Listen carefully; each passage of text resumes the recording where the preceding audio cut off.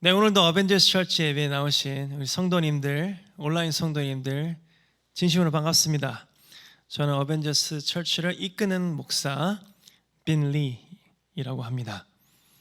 오늘은 하나님이 예비한 자라는 제목으로 말씀 여러분들께 증거하려고 합니다. 오늘 본문은 창세기 45장 5절 말씀이에요. 창세기 45장 5절. 우리 어벤져스 철치는 쉬운 성경을 읽습니다. 그래서 다 같이 큰 소리로 한번 읽어보겠습니다. 하지만 이제는 염려하지 마세요. 저를 이곳에 판 일로 마음 아파하지 마세요. 하나님께서 저를 형님들보다 먼저 이곳으로 보내셔서 사람들의 생명을 구하게 하신 것이니까요. 자, 이거는 요셉의 고백이죠. 이 상황이 어떤 상황이냐면, 사실 우리가 저번 주에도 이 본문을 가지고 이 얘기를 했었는데, 형들이 요셉을 팔았단 말이에요. 요셉이 죽은 줄 알았죠. 근데 요셉이 시퍼렇게 살아있고 심지어 이집트의 총리가 되어서 어떻게 보면 형들과 그 가족들의 생사 여탈권을까지 가지고 있을 정도로 굉장히 힘이 있는 사람이 되었단 말이에요. 그래서 형들이 이제 벌벌벌 떤 거죠. 와, 요셉이 나를 죽이겠구나. 우리가 그때 요셉을 죽이려고 했는데 어떻게 요셉이 이렇게 살아있지? 그러니까 요셉이 자기의 그 인생 여정을 쭉 돌아보니까 이거 화낼 일이 아니었던 거죠. 왜요? 하나님께서 요셉을 그렇게 험난한 인생 여정 가운데 두셨고 그 다음에 이집트로 가게 하셨던 이유는 하나님께서 요셉을 그 땅에 먼저 보내셔서 형들을 구해내려고 계획하셨기 때문이라는 것을 요셉이 그때서야 비로소 그랬구나. 뭔가 이 인생의 실타래가 확 풀리는 그런 느낌을 받았나 봐요. 그래서 요셉이 형들 걱정하지 마세요. 나를 형들이 죽이려고 했다고 해서 겁내지 마세요. 왜? 하나님께서 나를 이곳에 보내신 이유는 나를 먼저 보내셔서 형들을 비롯해서 우리 가족들 살리고 이 이집트도 살리기 위해서였어요 라고 고백하시는 겁니다. 지금 어벤져스 철치에서 공식적으로 케냐에 우리가 구호 자금을 보내진 않았지만 저를 비롯해서 우리 어벤져스 철치 안에서 마음이 맞는 사람 몇 명이 돈을 모았고 또 저 개인적인 친구들 혹은 제가 미처 알지도 못하지만 전 세계 여러 곳에서 구호 자금이 모였어요. 그래서 제가 하나님 주시는 마음이 한 200만 원 넘게 모였거든요. 그래서 하나님 주시는 마음이 360을 만들어. 왜냐면 360도면 이게 완전한 것 같잖아요. 360도니까 그렇죠?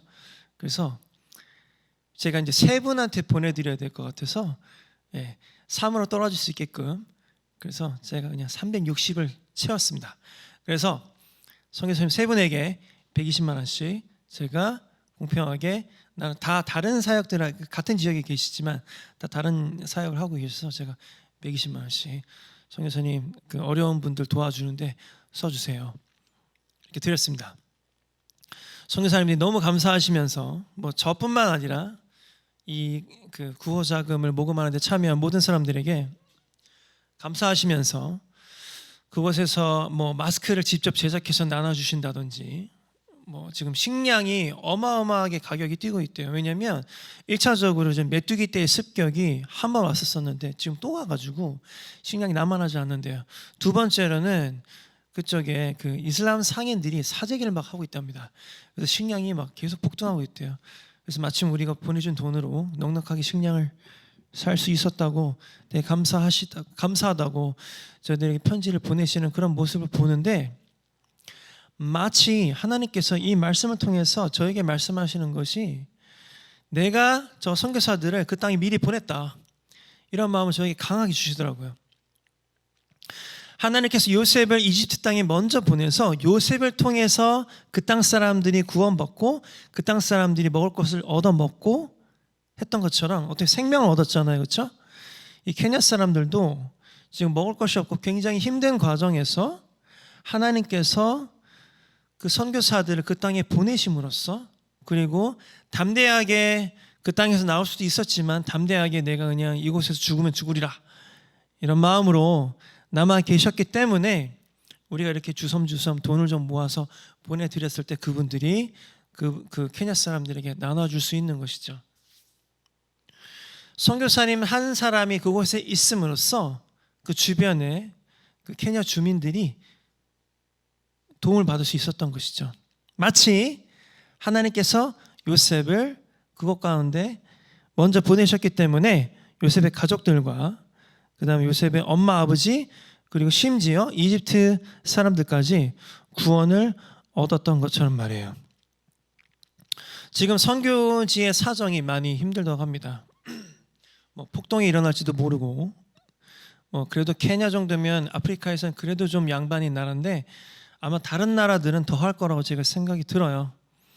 전 세계적으로 지금 혼란이 왔단 말이에요. 그죠?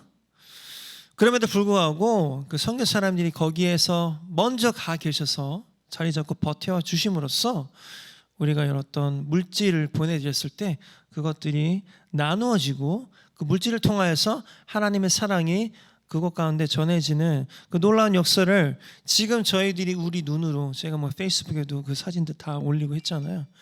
그런 것들이 여러분들에게 전해진다는 것이 정말 놀랍고 정말 이것이 하나님의 은혜라고 생각이 들더라고요. 선교사님들 정말 훌륭하시고 수고 정말 많이 하고 계십니다. 저희가 정말 감사드리고 그곳에서 케냐 사람들 많이 사랑해 주시고 많이 섬겨 주시길 원해요. 오늘은 그 준비하는 것과 예비하는 것에 대해서 얘기해 볼까 해요. 하나님께서 요셉을 예비하셔서 이집트 땅에 보내셔서 세상을 구원하셨죠.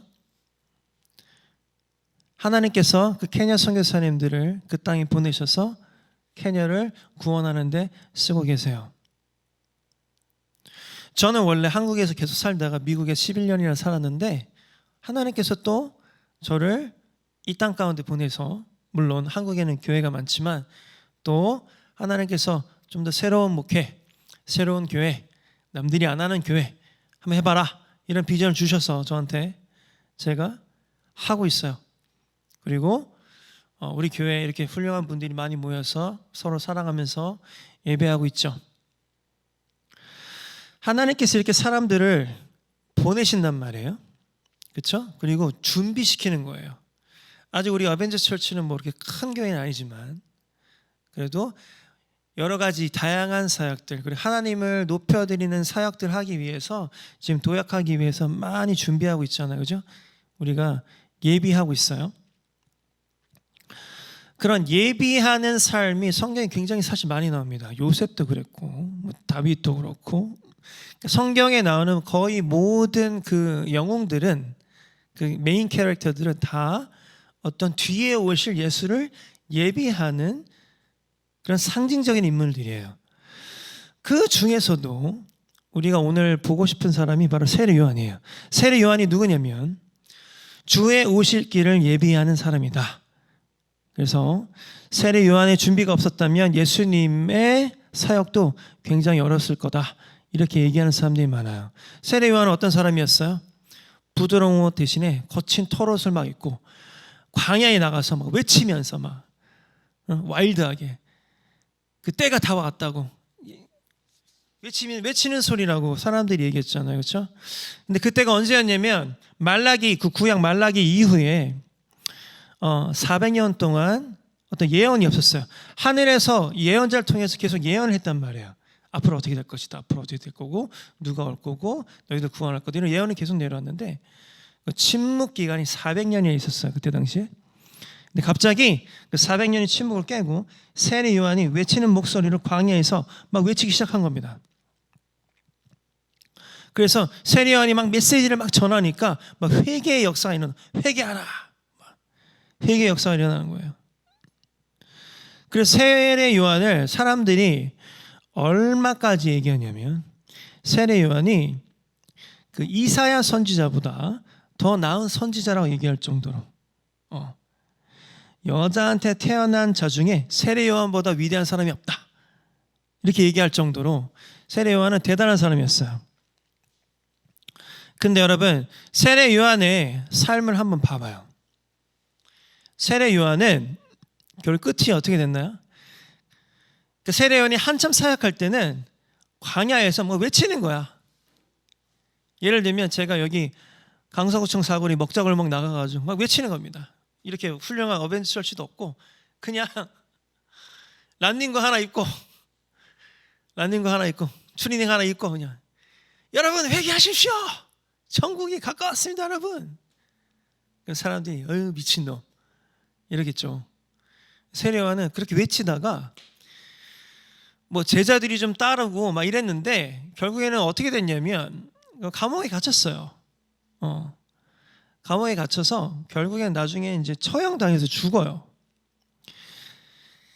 여자에게 태어난 그 인물 중에 세례 요한만한 사람이 없다고 할 정도로 세례 요한은 굉장히 훌륭한 사람이었는데 세례 요한의 삶은 어땠어요? 뭐 부귀영화를 누렸다거나 어떤 권력을 누렸다거나 예를 들어서 예수가 왔어요.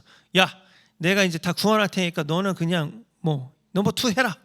그래서 뭐 떵떵거리면서 산 게 아니라 세례 요한의 삶을 어떻게 보면 심한 말로 따까리예요. 예수의 올 길을 예배하는 사람이 세례 요한이었고 예수가 오신 후에는 그냥 어디서 사라져 버렸어요. 감옥에 갇힌 다음에 뭐 처형당해서 죽었다 이런 얘기가 많습니다. 지구를 통틀어서 여자에게 태어난 생물 중에 가장 위대했다고 생각되어지는 세례 요한도 결국에는 예수님의 길을 예비하다가 예수님께서 오신 후에는 그냥 형장의 이슬로 사라져버린 거죠. 허무하게도. 하지만 세례 요한은 어떤 삶을 살았어요? 예수님 오실 길을 예비하는 삶을 살았어요.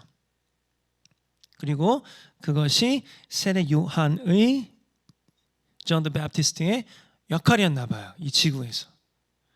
그것이 역할이었고 세례 요한이 그 역할을 잘 했다면 하나님께서 굉장히 기뻐하셨겠죠?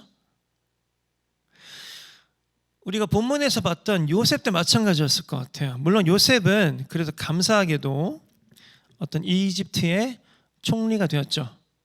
그러니까 엔딩 자체는 해피 엔딩이에요. 가족도 만났고 그 다음에 가족들도 구원해왔고.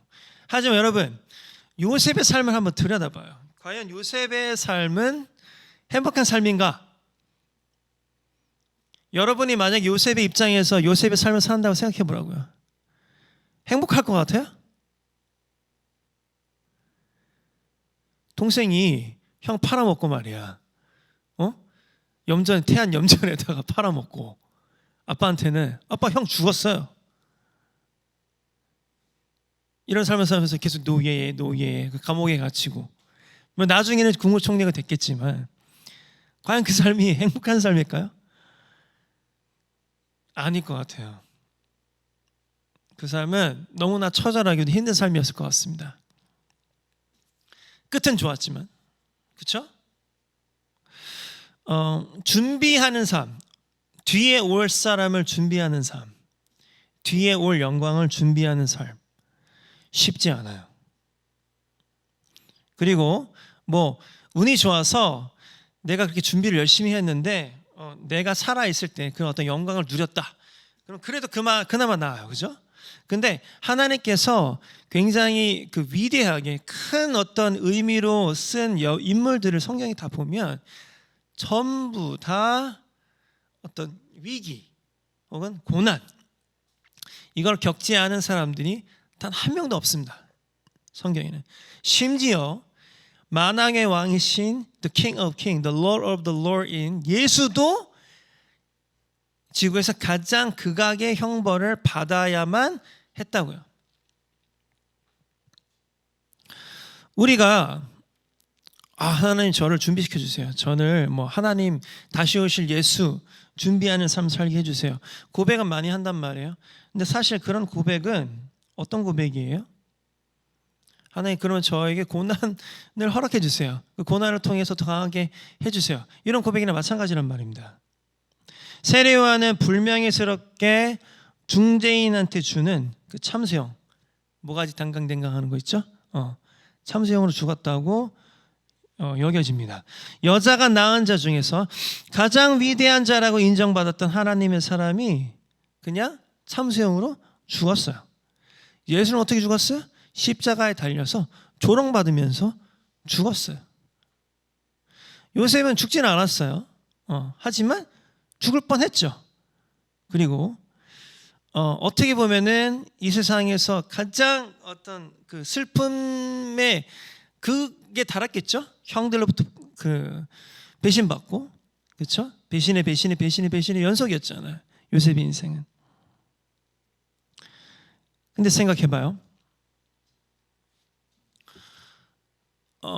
그 존 더 배프티스트 세례 요한이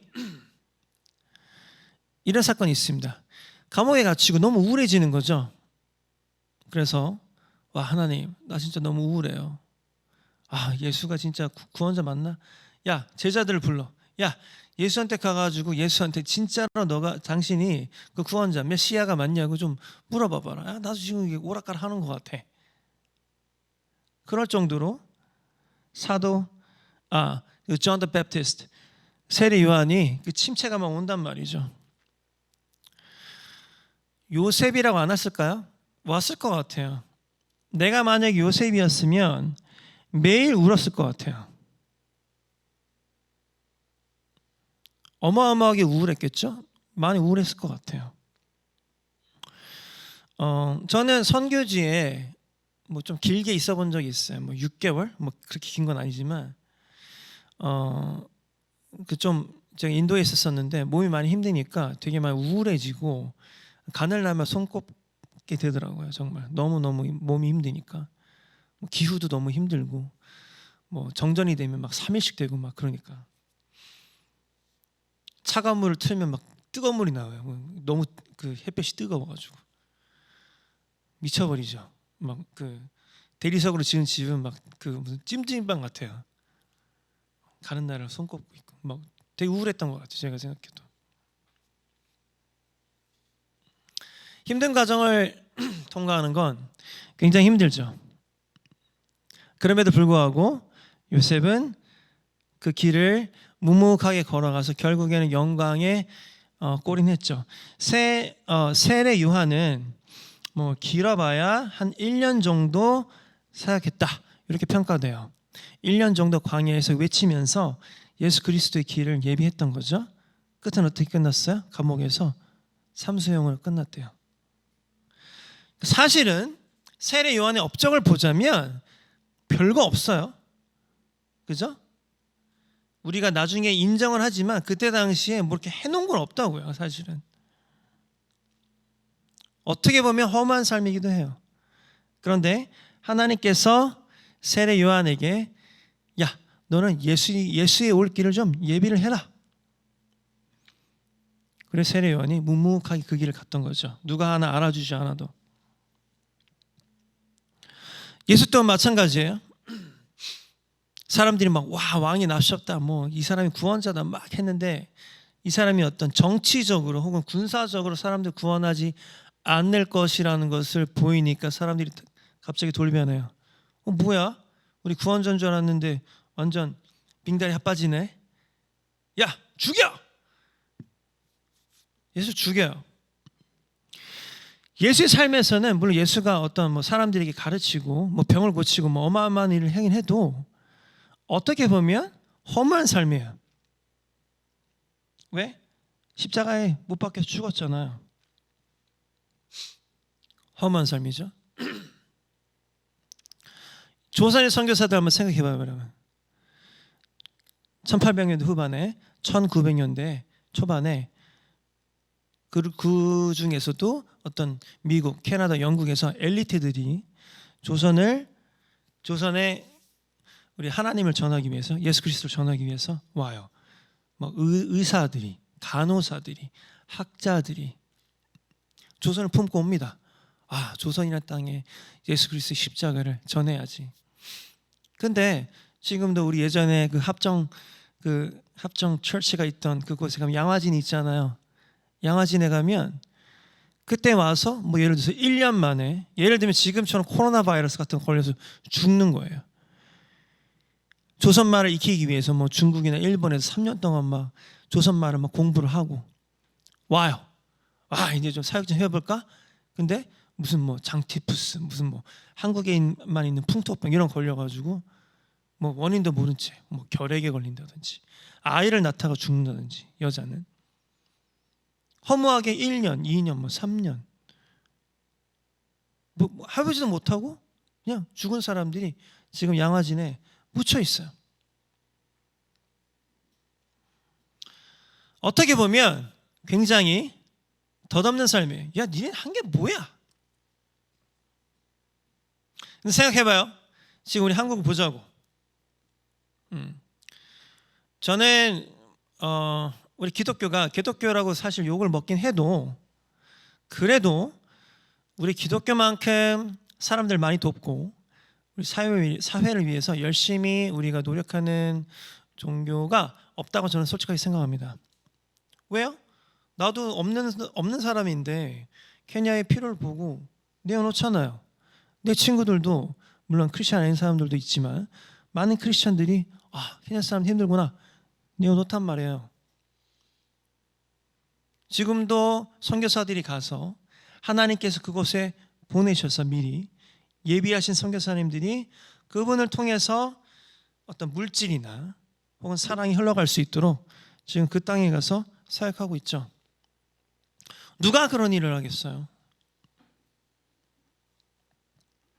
근데 만약에 1800년대 후반에 혹은 1900년대 초반에 그런 어떤 영국, 캐나다 이런 선교사들이 한국에 와서 이 땅에 복음의 씨앗을 뿌리고 어떤 선교사들을 길러내고 목사들을 길러내고 성경을 번역하고 뭐 교회를 세우고 이런 일이 없었다면 과연 지금 전 세계가 부러워하고 전 세계가 참 잘하고 있다라고 생각하는 그 모델이라는 우리 사우스 코리아가 과연 있을 수 있을까요? 나는 불가능하다고 생각해요. 왜? 근대적인 병원도 다 선교사들이 지었어요. 근대 어떤 그 교육시설들 다 선교사들이 지었어요. 우리나라의 어떤 근대적인 그 모던한 것들은 다 선교사들이 미국에서 혹은 캐나다에서 영국에서 펀드를 가져다가 여기서 시작한 겁니다. 물론 거기에는 어떤 정치적인 것들이 물론 있지만 그래도 그 어떤 bottom line 그 밑 바탕에는 사랑이 있단 말이에요. 여러분들도 침체될 수 있어요. 그렇죠? 하나님께서 여러분들 가정 가운데, 여러분 회사 가운데, 이 사업장 가운데 예비하셔서 보냈단 말이에요. 그러면 하나님께서 여러분들 그냥 뭐 아무 이유 없이 태어나게 하지 않았단 말이에요. 나는 너에게 너의 역할을 줬어. 너의 역할은 준비하는 건데 그거 준비를 누굴 위해서 어떻게 구체적으로 하는 건지는 네가 찾아야 돼. 요셉도 몰랐잖아요. 자기가 왜 이집트에 갔는지. 그 수많은 고난을 겪고 나서야 내가 이래서 이집트에 왔구나. 영연이도 왜 그 집에서 태어나서 지금 거기에 살고 있으며 왜 누굴 만나서 뭘 하고 있는지 아직은 모르잖아. 하지만 왜 태어났겠어요? 당신의 삶을 통해서 하나님께서 하고 싶은 일이 있었단 말이에요. 그 일을 찾아서 하나님 시킨 거 이거 맞죠? 내가 정말 열심히 전력을 다해서 잘했습니다. 설령 그 일이 보잘것없는 일이라고 할지라도 다른 사람들이 봤을 때 보잘것없는 일이라고 할지라도 하나님이 인정하시고 하나님이 야 잘했다. 그것이야말로 내가 너에게 원했던 일이야. 그럼 된 거 아니에요? That's it. 그러면 그죠? 수민아 내가 너에게 시켰던 일이 그건데 야 네가 참 잘했다. 사람들이 뭐 별 볼 일 없다고 뭐 손가락질하면 어떠니? 내가 인정하는데 그렇죠? 어떤 사람들은 또 뭐 돈을 크게 벌어야 되는 일을 시킬 수도 있는 거고 다 하나님께서 원하시는 스케일과 그 일의 목적들이 다 다를 걸로 저는 믿어요. 저도 지금 계속 찾고 있어요. 하나님 나 한국에 왜 보냈어요? 미국에서 잘 먹고 잘 살고 있었는데 왜 보냈나요? 매일매일 저 묵상하고 어떻게 하면 조금이라도 하나님의 계획 안에서 살 수 있을까? 그 고민하면서 살고 있어요. 우리 모두 다 그런 고민하면서 살아야겠어요. 왜? 인생 한 번 사는 거고 뭐 길면 긴 100년이지만 며칠 전에 우리 시아 그러더라고요. 아빠, 사람은 한 100년도 살 수 있대. 어떻게 보면 길지만 어떻게 보면 굉장히 짧은 삶이에요. 그렇죠? 어떻게 살아야겠어요? 여러분들 뭐 맛있는 거 먹고 돈 많이 벌기 위해 살아야겠어요? 물론 그것도 중요하죠. 그 목적이 다른 사람들에게 사랑을 전하기 위한 목적이라면, 하늘 나라가 이 땅 가운데 이루어지는 거라면. 우리가 작년 말에 계속 외쳤던 것이 뭐예요? 여러분들의 안식년을 선포하고 희년을 선포해라.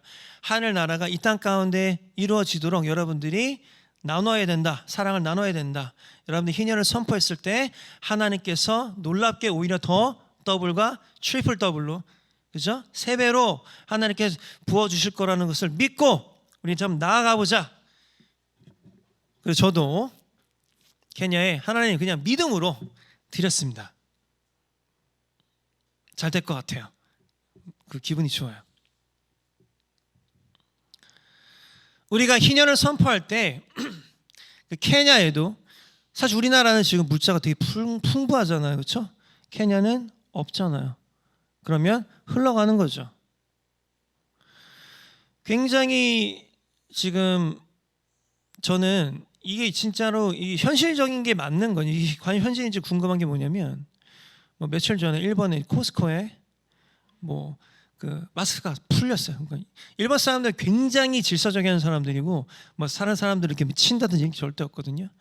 일본 사람들이 눈이 막 혈안이 돼가지고 마스크 살려고 막 서로 이렇게 밀치고 하더라고요. 처음 봤어요, 일본 사람들 그러는 거.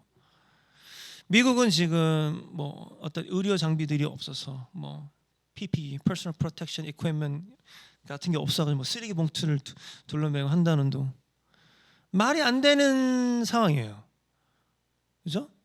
옛날에는 우리가 거지 같았고 미국이 우리를 돕고 있었는데 오히려 요즘에는 우리가 마스크를 막 보내주고 하고 있잖아요. 그렇죠? 우리는 뭐 지금 약국에 가면 언제든지 일주일에 한 번씩 마스크를 사고 있고, 우리가 희년을 선포하는 입장이 되었어요. 근데 여러분 잊지 말아야 될 것은 뭐예요? 사우스 코리아가 2020년에 이렇게 올라오고 우리 심지어 며칠 전에 선고됐어요. 전 세계에서. 야, 어떻게 이렇게 코비드-19인데 선고까지 치냐. 쟤네들 대단하다. 우리나라 정말 대단한 나라라고 전 세계에서 지금 인정하고 있어요. 빌 게이츠도 사우스 코리아에 대해서 매일매일 칭찬해요. 사우스 코리아 잘하고 있고 사우스 코리아의 모델을 바탕으로 우리가 가야 된다. 하지만 우리가 이렇게까지 올라올 수 있었던 바탕에는 뭐가 있어요? 하나님께서 보내셨던, 어떻게 보면 세상 기준에서는 아무 쓸모짝에도 없는 일을 하고 갔던, 뭐 오자마자 죽었던 그런 사람들의 피와 땀과 헌신이 있었기 때문에 2020년 우리가 이렇게 그래도 이 난리통에서도 안정적으로 살아갈 수 있게 된 것이죠. 여러분, 여러분들의 이 땅 가운데 살고 있는 그 소명, calling, 하나님께서 부르심이 다 틀릴 거예요. 어떤 사람은 뮤지션, 어떤 사람은 비즈니스맨으로, 어떤 사람은 뭐 전업주부로, 작가로, 뭐 다 틀릴 겁니다. 반드시 여러분 그 소명을 찾아야 돼요. 요셉이 그 소명을 잘못 해석해서 뺑뺑 돌았잖아요. 그죠? 온갖 고생을 다 하고 나서야 하나님께서 나를 이 땅에 보내신 게 이 이유였구나. 그러니까 다 용서해야 돼요. 형들 괜찮아요. 하나님이 다 구원하시려고 날 이 땅에 보내셨네. 하지만 요셉은 어마어마한 고생을 했어요. 그렇죠? 우리 어벤져스 처치 멤버들도, 그리고 온라인으로 이 예배를 같이 드리시고 있는 성도님들도 다시 한번 하나님께 구할 것은 뭐냐면, 하나님 항상 나로 하여금 깨어서 준비되게 해주세요. 그래서 요셉처럼, 혹은 세례 요한처럼, 존 더 배프티스트처럼 나를 살 수 있게 해주세요. 예수 그리스도도 예비하는 삶을 살았어요. 왜? 예수 그리스도는 어떻게 보면 예비된 존재고 예비된 존재가 이 땅까지 온 거죠. 근데 예수 그리스도는 자기가 하늘로 올라가면서 성령을 이곳 가운데 보냈어요. 왜? 예수 그리스도는 인간이자 신이었기 때문에 동시에 이 모든 지구의 모든 사람들 같이 할 수가 없었다고요. 그래서 예수는 어떻게 했어요? 제자들에게 집중했어요. 그렇죠? 우리 예수가 군중들 몰고 다녔지만 예수가 집중했던 사람들은 제자들이었어요. 12명. 왜? 그 정도가 그냥 맥시멈이었던 거예요. 예수가 케어할 수 있는. 인간이니까. 그러면서 예수가 야 내가 올라가는 게 오히려 너네들한테 더 좋아. 왜? 내가 성령을 보내줄 거거든. 성령은 24/7 24시간 일주일 내내 너희들과 같이 계시는 분이야. 너희들과 동행하면 돼. 예수도 어떻게 보면 성령의 오심을 예비한 삶을 살다가 그것도 굉장히 어떤 치욕적으로 가장 잔인하게 살해당했던 사람이에요. 세상적 기준으로는 한계 없어요. 예수는 세상적 기준으로는 뭐 사람 좀 고치고 뭐 근데 뭐 예수가 뭐 어딜 정복했어요? 뭐 상을 받았어? 그래미 어워드 뭐 이런 거 탔나? 아카데미상 이런 거 안 탔잖아요. 면류관을 탔죠. 오히려 가시 면류관을. 그죠? 왕관이 아니에요. 가시 면류관을 탔지. 하지만 예수는 하나님께서 예수에게 허락한 삶을 잘 살았어요. 잘 살고 갔죠? 하나님께서 기뻐하셨을 거예요. 아들의 그 충성됨을, 아들의 순종을. 여러분의 인생 가운데서도 그 순종과 하나님께 충성하는 것이 여러분의 인생 가운데 나타나지기를 진심으로 축원합니다. 아멘. 자, 누가복음 말씀 보면요. 누가복음 21장 34절을 보면 36절까지 이런 말이 있습니다. 항상 깨어 준비하여라. 이거 되게 유명한 그 성경 구절인데 너의 마음이 방탕과 술 취함과 삶의 걱정으로 무겁게 눌리지 않도록 하여라. 그날이 마치 덫처럼 그 덫 트랩 갑자기 너에게 다가올 것이다 이런 얘기예요. 35절 그날은 온 땅 위에 살고 있는 모든 사람에게 다가올 것이다. 36절 일어난 이 모든 일들을 피할 힘을 얻고 니네 힘 가져야 된다. 그 다음에 인자 앞에 서기 위해 인자는 뭐 예수를 얘기하는 거죠. 서기 위해서 항상 기도하며 깨어 있으라. 항상 기도하며 깨어 있으라. 그래야 너희들이 이 땅 가운데 보내어진 소명을 확인할 수 있을 거야. 자, 34절에서 뭐라고 해요? 너의 마음이 방탕과 술 취함과 삶의 걱정으로 무겁게 눌리지 않도록 하여라. 방탕하면 안 되겠죠? 술 취하면 안 되겠죠? 흥청망청하면 안 되겠죠? 그 다음에 여러분 지금처럼 우울한 시기에 코비드-19 그죠? 나 지금 수입이 반토막이 나고 말이지. 지금 살 게 많은데 지금 돈도 없고 들어와야 될 돈이 안 들어오고 있고 막 그 고민들로부터 막 억눌려가지고 이렇게 살지 말라는 거예요. 누가 보면 말씀이 삶의 걱정으로 무겁게 눌리지 않도록 하여라. 왜냐하면 그날이 덫처럼 갑자기 다가올 거라는 거예요. 예수의 다시 오심이 갑자기 다가올 거야. 덫처럼.